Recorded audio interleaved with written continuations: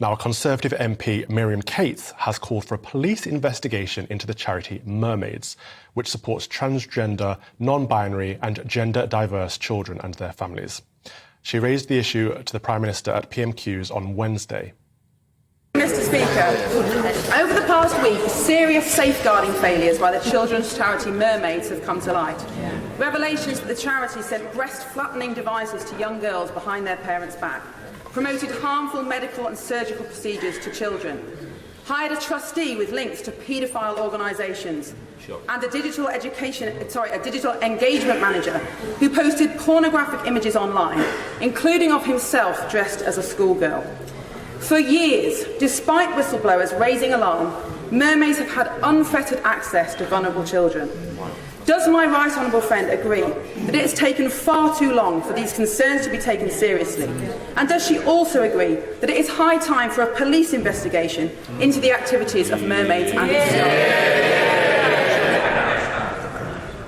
It's very important that under 18s are able to develop their own decision-making capabilities and not be forced into any kind of activity. And what I would say on the subject of the investigation she raises, of course those matters should be raised and should be properly looked at. Well said, well said.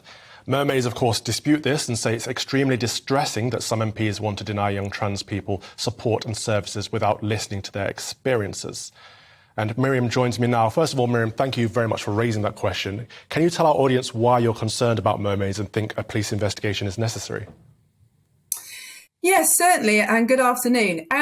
So Mermaids is a charity that have been set up to support trans and gender questioning children. Now, many would think that is a noble aim, but Mermaids themselves hold a very, very extreme position on sex and gender. So they promote the idea that you can have a gender identity that's different from your biological sex, that you can change that gender, that some children are born in the wrong body, that the right thing for some children to do is to go down a route of social transition, medical transition, surgical transition, to keep that secret from parents sometimes. And, you know, that is quite an extreme position for a children's charity to hold. And there have been some serious questions over Mermaids activity for some time. Whistleblowers have been calling into question the way they work for some years now about how they separate children from parents, send breast binders to children, those kind of things. And over recent weeks, this has really come to a head. There have been some very good investigations in the Telegraph and the Times about the activities of Mermaid, and specifically the things that have come out about them sending these breast flattening devices to children behind their parents' back. Now, the Met Police on their website, they class breast flattening as child abuse.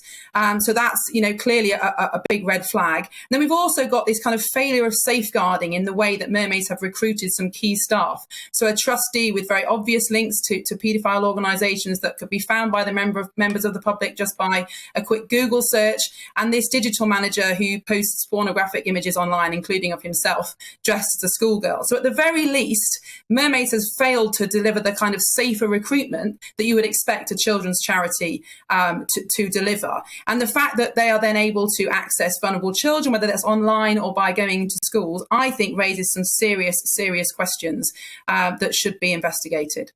I mean, the safeguarding red flags are all over the place, aren't they? The fact that they're sending chest binders to children and not informing their parents, that's a massive one to begin with. But also they're promoting harmful medical and surgical procedures to children, aren't they? But some would question whether a child can even be trans. Is that not an extreme stance in and of itself? I absolutely agree with you. And I think you just have to look at the statistics, again, to raise some enormous questions that we should be asking in our public debate. So over the last 10 years, there's been a 5,500% increase in the number of girls presenting at gender identity clinics. And 80% of teachers now say that there are trans-identified or gender-distressed children in their schools. And that's just the ones we know about. So if you think about that rise in terms of 10 years, just a decade, there are some huge questions to ask about what is really going on.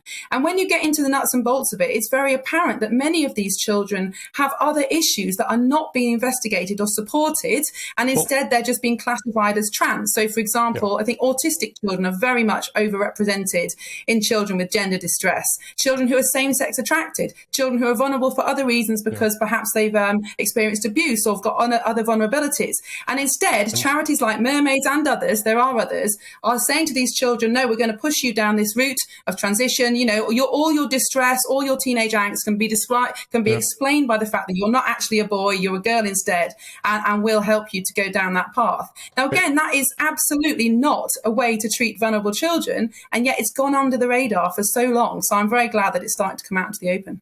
And thank you for raising it. It is such an important issue. We'll go into it in more depth at 3 o'clock. But before I let you go, I do want to ask really quickly, can the police investigate this if the police are conflicted because they've received training from Mermaids? Yes, I've seen that story about West Yorkshire Police paying Mermaids for training, and that is extremely concerning. And again, there was a very good piece in the Telegraph about that a couple of days ago. But I think my understanding is that the Charity Commission is currently investigating Mermaids in terms of compliance, and we'll have to see where that goes and what they discover and whether or not they're able to refer to the police.